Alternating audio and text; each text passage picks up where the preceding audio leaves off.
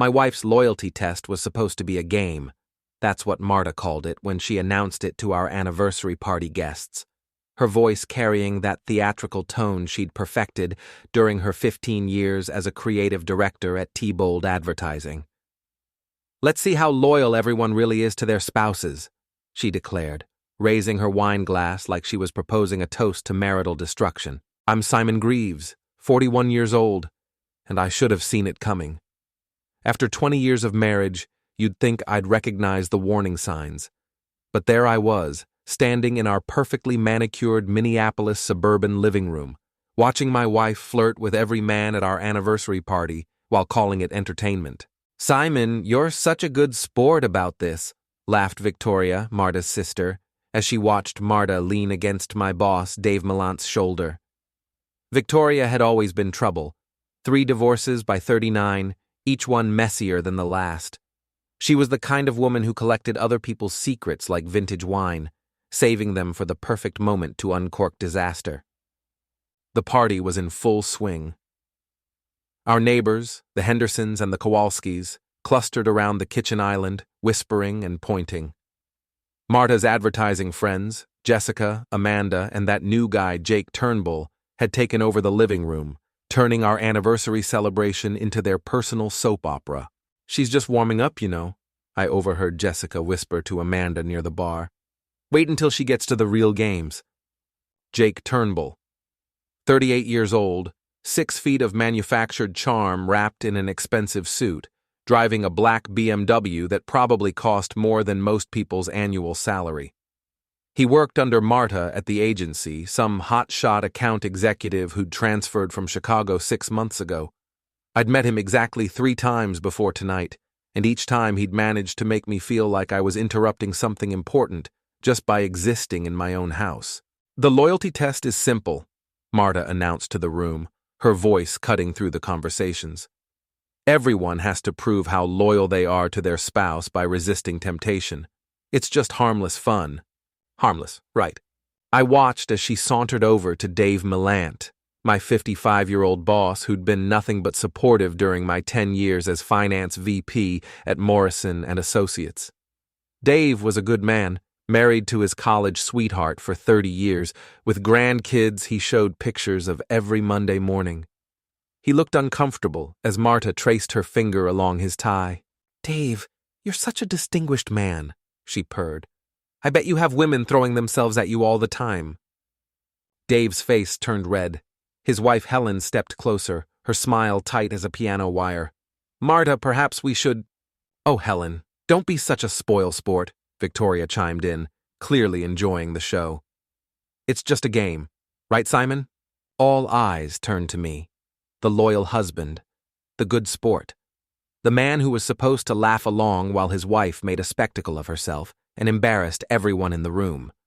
"Sure," I said, my voice steady despite the rage building in my chest. "Just a game." But it wasn't just a game, and we all knew it.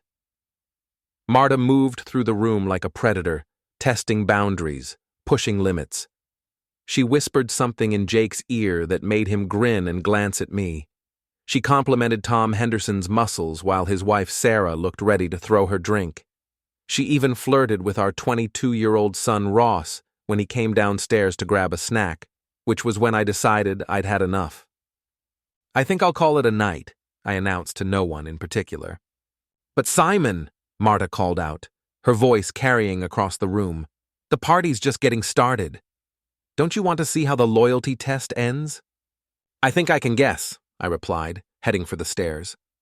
As I climbed to our bedroom, I could hear the conversations resume below, more animated now, more excited. They were feeding off the drama, these people we called friends. They wanted to see how far Marta would go, how much humiliation I'd accept before I finally broke.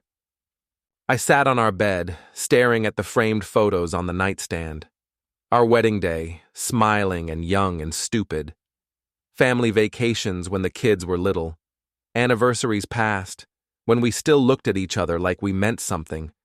20 years, 2 kids, a house, a career, a life built together brick by careful brick, and now Marta was taking a wrecking ball to it all, calling it a game. The party continued downstairs for another hour. I heard cars leaving, voices saying goodbye, the front door closing repeatedly. Finally, silence. I went downstairs to survey the damage. Empty wine bottles, lipstick-stained glasses, the lingering smell of expensive perfume and bad decisions. The caterers had left everything clean, but the house still felt dirty somehow. That's when I saw it. Marta's phone, sitting on the kitchen counter, screen still lit. She must have forgotten it in her rush to... Where had she gone? Her car was still in the driveway. The message notification was right there on the lock screen, from Jake Turnbull, sent 20 minutes ago. Thanks for last night. Same place tomorrow? I can't stop thinking about what you said about Simon. My hands didn't shake as I read it. My heart didn't race. Instead, I felt something cold and calculating settle into my chest, like ice forming on a winter lake, clear, hard, and unforgiving. I set the phone back exactly where I'd found it and walked to my home office. I had work to do. The next morning, Marta acted like nothing had happened. She came downstairs at 7:30, perfectly dressed for work in her navy blue power suit, her blonde hair styled in that effortless way that actually took 45 minutes to achieve. "Coffee smells good," she said, not meeting my eyes as she grabbed her travel mug from the counter. "Did you have fun last night?" "You disappeared so early." "It was educational," I replied, handing her the phone she'd left behind. "You forgot this." Her fingers brushed mine as she took it, and for just a moment, I saw something flicker across her face. Guilt? Fear? Or maybe just annoyance at being careless. "Thanks. I was looking everywhere for it." She checked her messages quickly, her thumb moving across the screen.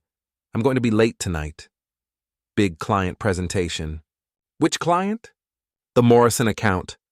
Jake's presenting his strategy to the whole team." "Jake, of course. Good luck with that," I said. She kissed my cheek, the same perfunctory peck she'd given me every morning for the past 5 years, and headed for the garage. I watched through the kitchen window as she backed her white Lexus out of the driveway, already talking on her phone before she reached the street. I waited exactly 10 minutes, then made a call of my own. "Cheryl Investigations, this is Cheryl Martinez." I'd found her online the night before. 50 years old, former Minneapolis police detective, specializing in matrimonial investigations. Her website was professional but not flashy, which I appreciated. This wasn't about flash. "I need to hire you," I said. "I think my wife is having an affair. Can you be here by 10? I'll need details, photos, timeline, everything you can give me." Cheryl's office was in a strip mall in northeast Minneapolis, wedged between a tax preparation service and a nail salon. She was exactly what I'd expected. No nonsense, gray-haired, with the kind of direct gaze that had probably made criminals confess just to avoid the discomfort of her stare. 20 years married, she said, reviewing the notes she'd taken during our conversation. 2 kids, both in college. Wife's a creative director, making good money. Your finance VP, also making good money. On paper, you look stable. We were, or I thought we were. They always look stable on paper. That's why people get away with this shit for so long.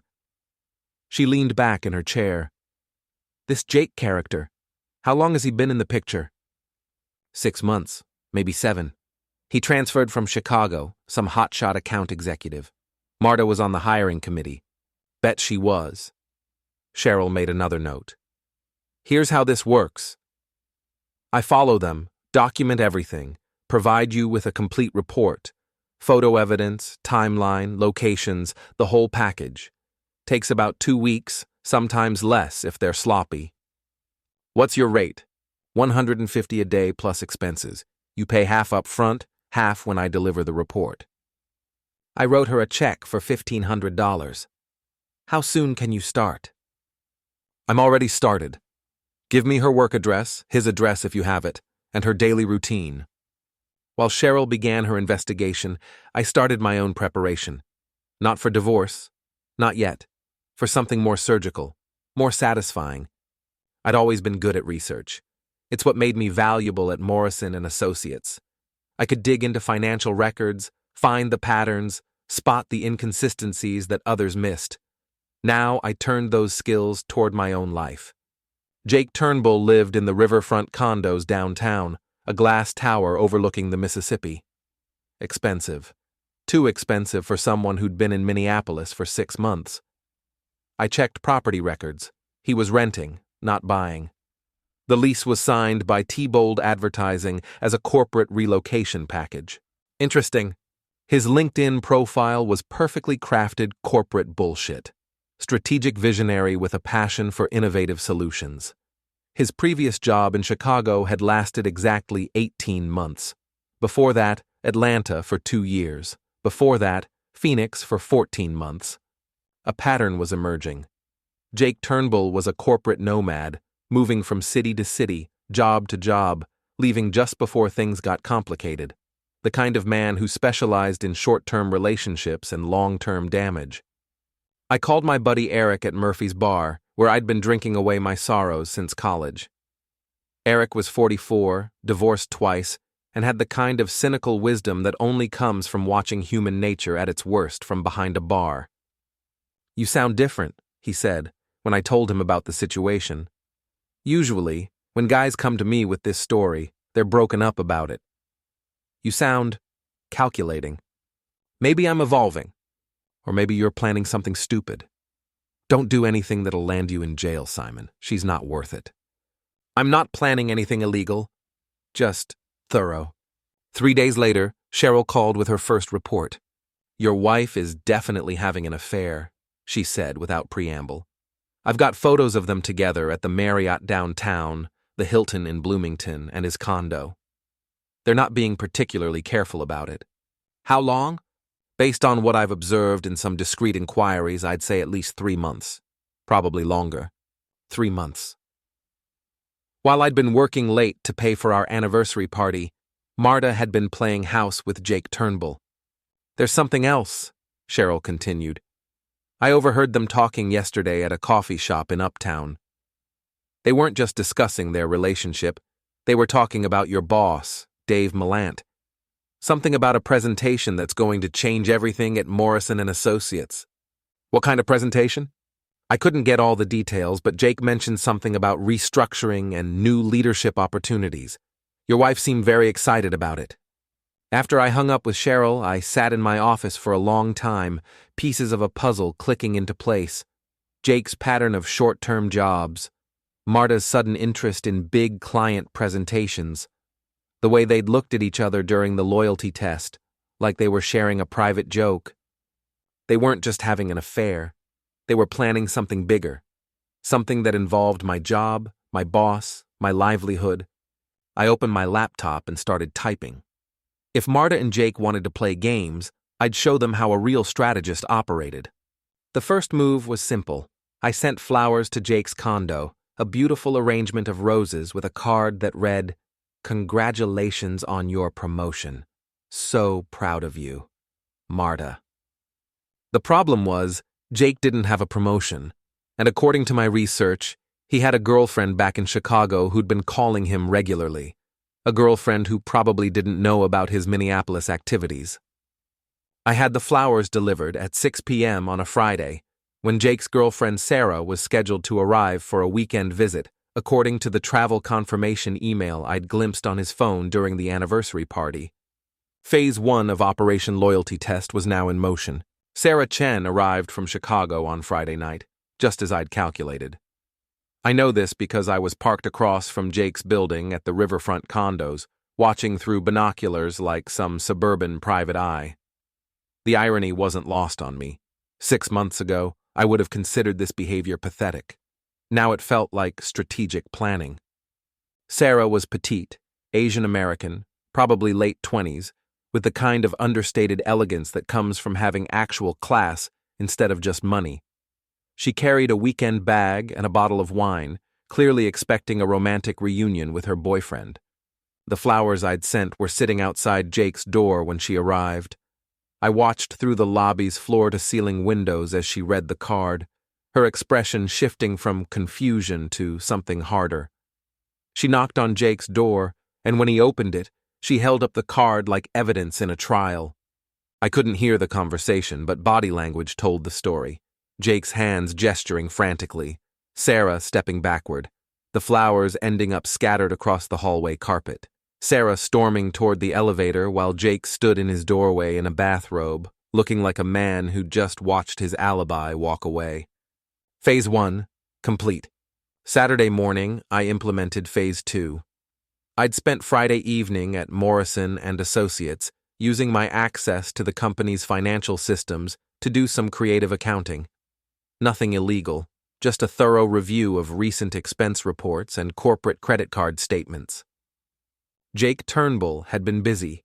Expensive dinners charged to the company account, always for 2 people, always at restaurants far from the office, hotel rooms in Minneapolis when he already had corporate housing, car rental fees for weekend trips that weren't on any official travel schedule. I compiled everything into a neat report titled Expense Irregularities Q3 Review and placed it in Dave Millen's Monday morning inbox. Dave was old school. He still liked paper reports, still came in early to review weekend work. He'd see it first thing Monday morning. But that was Monday's problem. Saturday's problem was more immediate.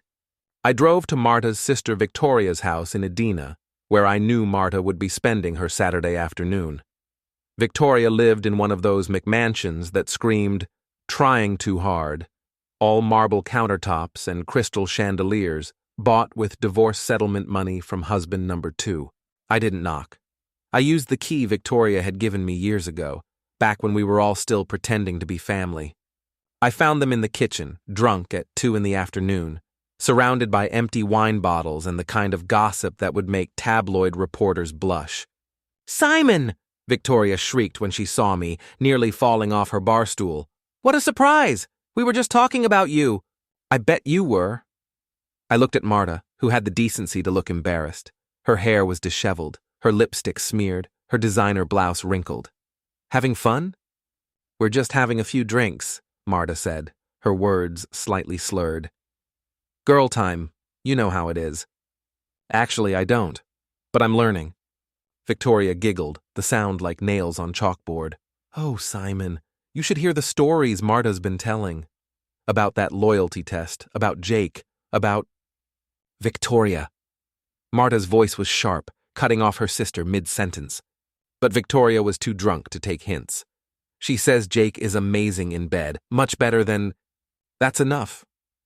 I stepped closer to the kitchen island, my voice quiet but carrying enough menace to cut through their wine-soaked haze. "Marta, we need to talk."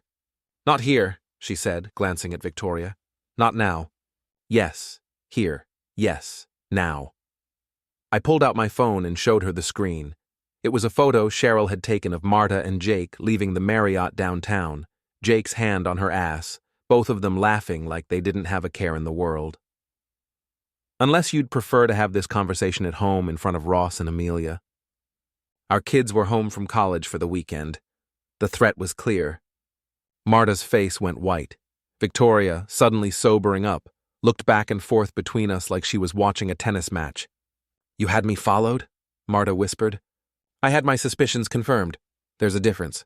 "Simon, I can explain." "No need." "I understand perfectly. You're having an affair with Jake Turnbull. You've been lying to me for months. You turned our anniversary party into some twisted humiliation ritual, and now you're sitting here, drunk in the middle of the day, telling your sister about how much better he is in bed than your husband of 20 years. Victoria tried to interrupt. "Simon, you don't understand." "Shut up, Victoria." I didn't even look at her. "This doesn't concern you. Although I'm sure you encouraged it. Misery loves company, right? 3 divorces and counting. You couldn't stand to see your sister in a stable marriage." "That's not fair," Victoria protested, but her voice lacked conviction. "Fair?" I laughed, and the sound surprised even me. It was cold, bitter, nothing like my usual laugh. "You want to talk about fair? Let me tell you what's fair. Fair is 20 years of marriage. Fair is working 60-hour weeks to pay for this house, your car, your lifestyle. Fair is supporting your career while you fuck your subordinate in hotel rooms paid for with company money." Marta flinched like I'd slapped her. "Simon, please." "I'm not done." I leaned against the kitchen counter, suddenly feeling calmer than I had in months. Here's what's going to happen. You're going to end things with Jake, today. You're going to stop embarrassing me, our children, and yourself. And you're going to figure out how to fix this marriage, or I'm going to fix it for you. Is that a threat? Marta's voice was barely a whisper. It's a promise. I've been the loyal husband for 20 years, Marta, the good sport, the understanding partner. But loyalty is a two-way street, and you've been driving the wrong direction for months. I headed for the door, then turned back. Oh, and Victoria? Next time you want to gossip about my marriage, make sure I'm not listening. You might not like what you hear in return. I left them sitting there, two middle-aged women drowning their problems in wine and self-pity. But I wasn't done. Not even close. That evening, I made 2 phone calls. The first was to our family lawyer, Sheila Morrison, no relation to my boss, despite the name. Sheila was 45, sharp as a razor, and had handled our wills and estate planning for the past decade. Simon, what can I do for you? I need to protect my assets. Hypothetically speaking, if my marriage were to end, what would be the best way to ensure my children's financial security? There was a pause. Are we talking hypothetically, or are we talking reality? Let's call it advanced planning. I can set up a trust.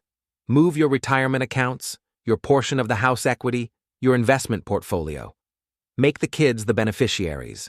It's perfectly legal, and it protects them regardless of what happens between you and Marta. How long would that take? If you're serious about this, I can have the paperwork ready by Monday. I'm serious. The second call was to my son Ross. He was studying pre-med at the University of Minnesota, serious and focused like his old man used to be. He answered on the second ring. Dad, is everything okay? I need to ask you something, and I need you to be honest with me. Have you noticed anything different about your mother lately? There was a long pause. Dad, I don't want to get in the middle of... You're not getting in the middle of anything. I just need to know what you've observed. She's been... different. Distracted. She spends a lot of time on her phone, and she's been working late more often. And that guy Jake from her office has been calling the house. Jake's been calling our house? Yeah, a few times when you weren't home. Mom always took the calls in her office and closed the door. Ross, I want you to know that whatever happens between your mother and me, it won't affect how much we both love you and Amelia, okay? Dad, you're scaring me. Don't be scared. Just be prepared and take care of your sister. After I hung up, I sat in my home office, looking out at the suburban street where we'd raised our children, built our life, created what I thought was a solid foundation. Tomorrow was Sunday. Monday, Dave would find my report about Jake's expense irregularities. By Wednesday, Sheila would have the trust paperwork ready. Marta wanted to play loyalty tests? Fine. But she was about to learn that some games have consequences she never saw coming. Monday morning arrived with the kind of crisp October air that makes Minneapolis beautiful and dangerous at the same time. I got to the office early, as usual, but this time I had a purpose beyond reviewing quarterly reports. Dave Millant's office was dark when I arrived at 7 a.m., but I could see the light under his door by 7:30. He was reading my expense report about Jake Turnbull, and from the muffled sounds coming through the walls, he wasn't happy about what he was finding. At 8:15, my phone rang. Simon, can you come to my office? Bring the Morrison account files. Dave looked like a man who'd aged 5 years overnight. The expense report was spread across his desk, highlighted in yellow marker with handwritten notes in the margins. How long have you known about this? He asked without preamble. I started noticing irregularities last week. I wanted to be thorough before I brought it to your attention. Thorough? He rubbed his temples. Jesus, Simon. Hotel rooms, restaurant bills, car rentals, all unauthorized, all charged to company accounts. We're talking about $15,000 in questionable expenses over 3 months. That's just what I could document easily. There might be more. Dave stood up and walked to his window, looking out at the Minneapolis skyline. This Jake character, he came highly recommended from Chicago. Stellar references, impressive portfolio. How does someone with credentials like that end up stealing from petty cash? I could have told him that Jake Turnbull was a professional predator, moving from city to city, job to job, leaving damage in his wake. I could have explained that Jake wasn't just stealing money, he was stealing my wife, my dignity, my 20-year marriage. But Dave didn't need to know the personal details. Some people are good at hiding who they really are, I said instead. I'm going to have to terminate him. Today. And I'll need to report this to corporate. Dave sat back down, looking exhausted.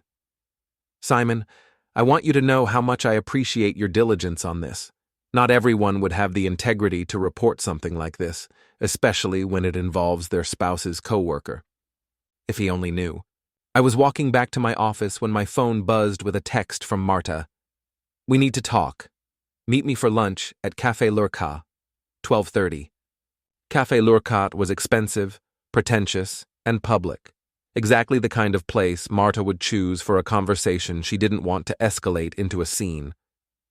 I texted back, fine. She was already seated when I arrived, at a corner table away from the main dining room. She looked tired, older somehow, like the weight of her choices was finally catching up with her. You got Jake fired, she said as soon as I sat down. Jake got Jake fired. I just documented his expense account fraud. Don't play dumb, Simon. You know exactly what you did. I ordered a coffee from the waitress, taking my time, letting Marta stew in her own anxiety. What I did was my job. What Jake did was steal from my employer. What you did was fuck him while he was doing it. She flinched. Keep your voice down. Why? Worried someone might overhear? Like they did at Victoria's house on Saturday? That was private. Nothing's private anymore, Marta. You made sure of that with your loyalty test. I leaned forward, my voice quiet but intense. Did you really think I wouldn't find out? Did you think I was that stupid, that blind, that pathetic? Simon, I never meant for it to go this far. How far did you mean for it to go? Just the affair? Or were you planning to help Jake with whatever scheme he had planned for Morrison and Associates? Her face went pale. What are you talking about? Come on, Marta. Jake didn't move to Minneapolis for the weather. He came here for something specific, and somehow you got caught up in it. What was the plan? Get close to Dave's wife at company parties? Use pillow talk to gather inside information? Or were you going to help him push Dave out so he could move up the corporate ladder? That's not... We never... She stopped, realizing she was about to confirm something she'd meant to deny. You never what? Never discussed Dave's retirement plans? Never talked about restructuring the company? Never mentioned how much easier Jake's life would be if he had someone on the inside feeding him information? Marta's hands were shaking now. It wasn't like that. Then what was it like? Explain it to me, Marta. Help me understand how a 20-year marriage ends up as collateral damage in some corporate con game. She couldn't answer. Or wouldn't. We sat in silence for several minutes. The sounds of the restaurant, clinking glasses, muted conversations, the hiss of the espresso machine, filling the space between us. Finally, she spoke. What do you want from me? I want you to end it with Jake.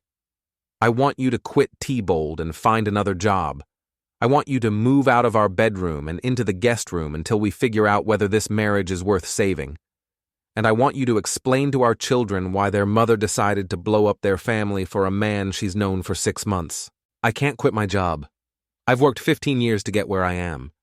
You should have thought about that before you decided to fuck your subordinate. She stood up abruptly, her chair scraping against the floor. I don't have to listen to this. No, you don't. But you do have to live with the consequences. And Marta, those consequences are just getting started. That afternoon, I made another call to Cheryl. I need you to expand the investigation, I told her. I want to know everything about Jake Turnbull. Previous jobs, previous relationships, criminal background, financial history, everything. That's going to cost extra. I don't care what it costs. 2 days later, Cheryl delivered a file that was thicker than a phone book. Jake Turnbull wasn't just a serial cheater. he was a serial predator. Atlanta, Phoenix, Chicago, and now Minneapolis. The pattern was always the same. Get hired by a company, identify a married woman in a position of influence, seduce her, use her to gather information or access, then disappear when things got complicated. In Atlanta, he'd had an affair with a VP's wife and used inside information to manipulate stock options. In Phoenix, he'd seduced a city council member's spouse and used the relationship to secure municipal contracts. In Chicago, he'd been involved with a bank president's daughter and had been quietly asked to leave after questions arose about loan approvals. Jake Turnbull was a professional homewrecker, and Marta was just his latest mark. But this time, he'd picked the wrong family. I spent Thursday evening in my office, planning the next phase of my campaign. Jake might be unemployed, but he wasn't gone. He was still in Minneapolis, still seeing Marta, still thinking he could salvage something from the wreckage of his latest scheme. Time to prove him wrong. Friday night, I followed Marta to Jake's condo. She thought I was working late. I'd made a point of complaining about quarterly reports all week. Instead, I was parked across from the riverfront condos, watching my wife of 20 years walk into another man's building like she belonged there. I waited until midnight, then I went to work.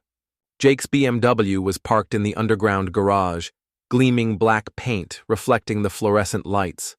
It was a beautiful car, expensive, the kind of status symbol that probably helped him seduce lonely wives in every city he'd lived in. I didn't key it. That would have been crude, obvious, the kind of thing an angry husband does in a moment of rage. Instead, I did something much more creative. I had 36 eggs in a cooler in my car, along with a gallon of chocolate syrup and a bag of birdseed. I also had a small can of industrial adhesive I'd borrowed from our garage. The eggs went first, cracked and poured through the air vents under the door seals, anywhere I could find an opening. The chocolate syrup followed, squeezed through the same openings, coating the interior with sticky sweetness. The birdseed was the final touch, scattered across the hood, roof, and trunk, then secured with small drops of adhesive. By morning, Jake's BMW would be uninhabitable and covered with every pigeon in downtown Minneapolis.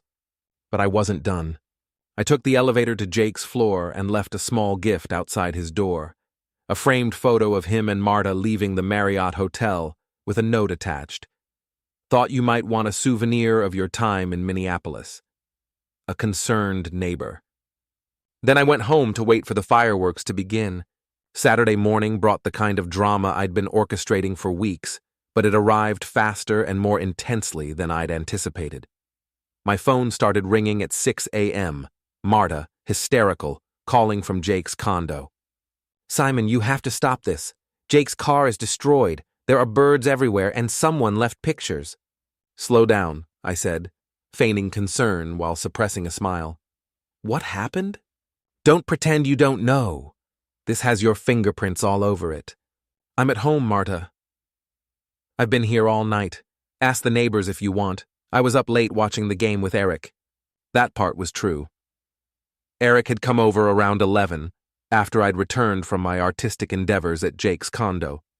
We'd shared a few beers and watched SportsCenter, giving me a perfect alibi for the time frame when Jake discovered my handiwork. "This is harassment, Simon. This is stalking. I could call the police." "You could," I agreed. "But then you'd have to explain what you were doing at Jake's condo at midnight on a Friday. And I'd have to show them the photos I have of you two together. Is that really a conversation you want to have with the Minneapolis Police Department?" The line went quiet. Then, "I'm coming home. We need to talk. I'll be here." She arrived 20 minutes later, her hair disheveled, wearing the same clothes she'd had on the night before. The walk of shame, suburban style. "We can't keep doing this," she said, pacing around our kitchen like a caged animal. "This has to stop." "I agree completely, so stop. I mean, you have to stop. The investigation, the sabotage, the games. It's over, Simon. Jake and I are together now. I want a divorce." I poured myself a cup of coffee, taking my time, letting her words hang in the air. Interesting timing. Jake gets fired, his car gets vandalized, and suddenly you want to make your relationship official. Are you sure this is love, Or just desperation? It's love, real love, something you wouldn't understand. You're right. I don't understand love that involves expense account fraud and corporate espionage. I don't understand love that requires hotel rooms and lies and humiliating your spouse at anniversary parties. That's not love, Marta. That's just selfishness with better marketing. She stopped pacing and turned to face me. Jake is leaving Minneapolis. He got a job offer in Denver. He wants me to come with him.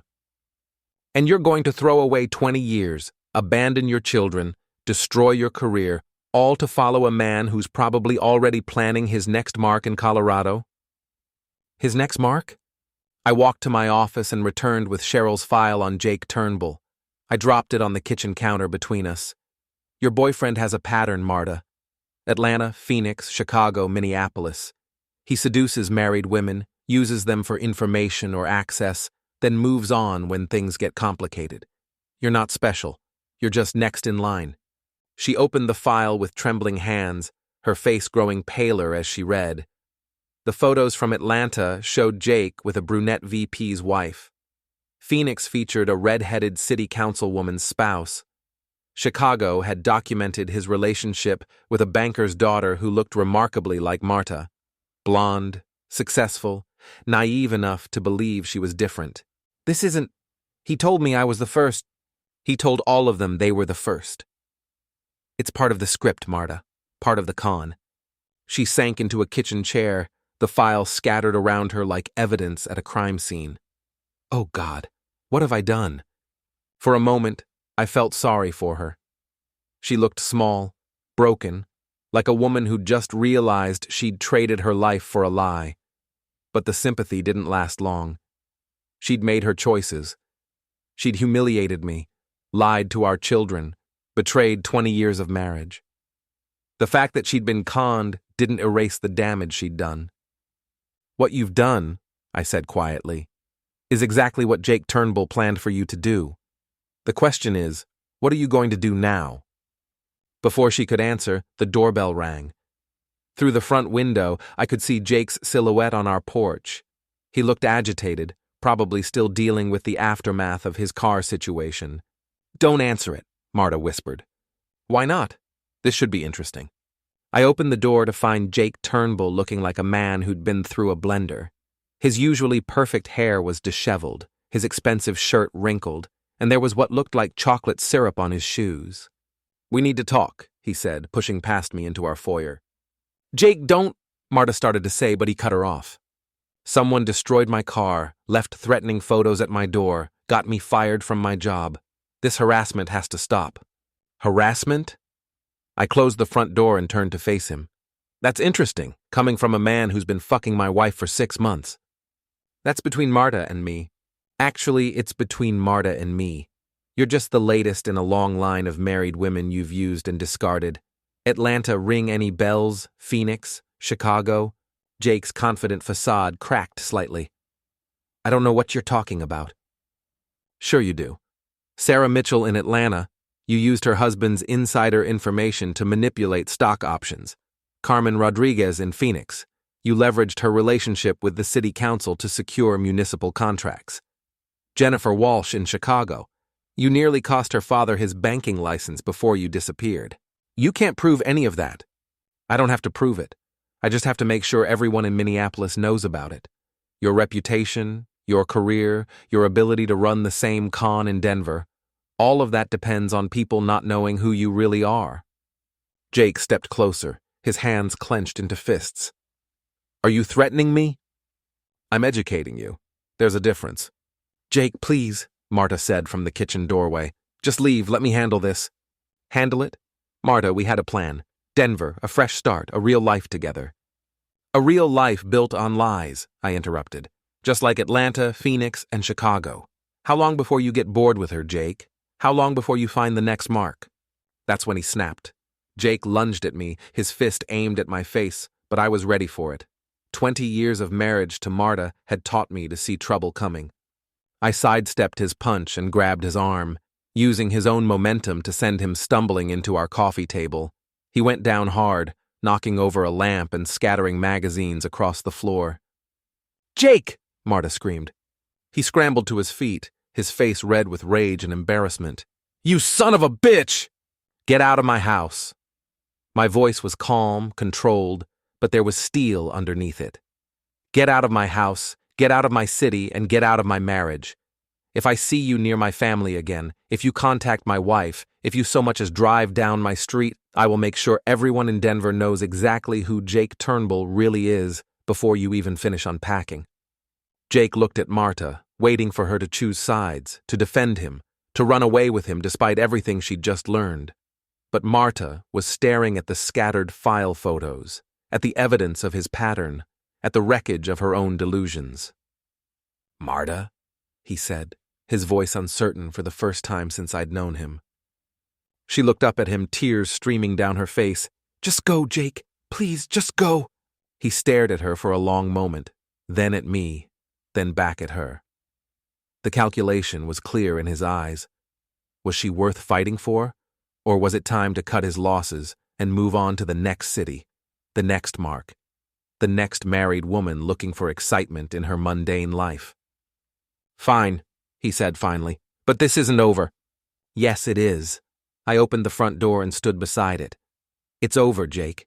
Your car, your job, your relationship with my wife, your time in Minneapolis, all of it. Over." He walked to the door, paused, and turned back one last time. "You have no idea what you've cost me." "I have a pretty good idea, and it's exactly what you deserve." After he left, Marta and I stood in our foyer, surrounded by the debris of our confrontation and our marriage. The silence stretched between us like a chasm. "What happens now?" she asked finally. "Now you decide. Do you want to fix this marriage, or do you want to end it? But either way, you're going to do it with dignity. No more lies, no more games, no more humiliation. Our children deserve better. I deserve better. And despite everything, you deserve better too." She nodded, wiping tears from her face. "I need time to think." "Take all the time you need. But take it in the guest room." As she gathered her things and moved out of our bedroom, I stood at the kitchen window, watching Jake's damaged BMW limp out of our neighborhood. The birds had done their work. The car looked like it had been through a war zone. Phase 1 of my revenge was complete. Jake Turnbull was out of our lives, out of Minneapolis, and probably out of business for the foreseeable future. But the hardest part was still ahead, figuring out whether my marriage was worth saving or if some damage was simply too extensive to repair. Either way, I'd learned something important about loyalty. It's not a game, and it's not a test. It's a choice you make every day, in small moments and large ones, when no one is watching and when everyone is. Marta had failed that test, but I'd passed it, in my own way. I'd been loyal to my family, my children, and my own dignity. Sometimes that's enough.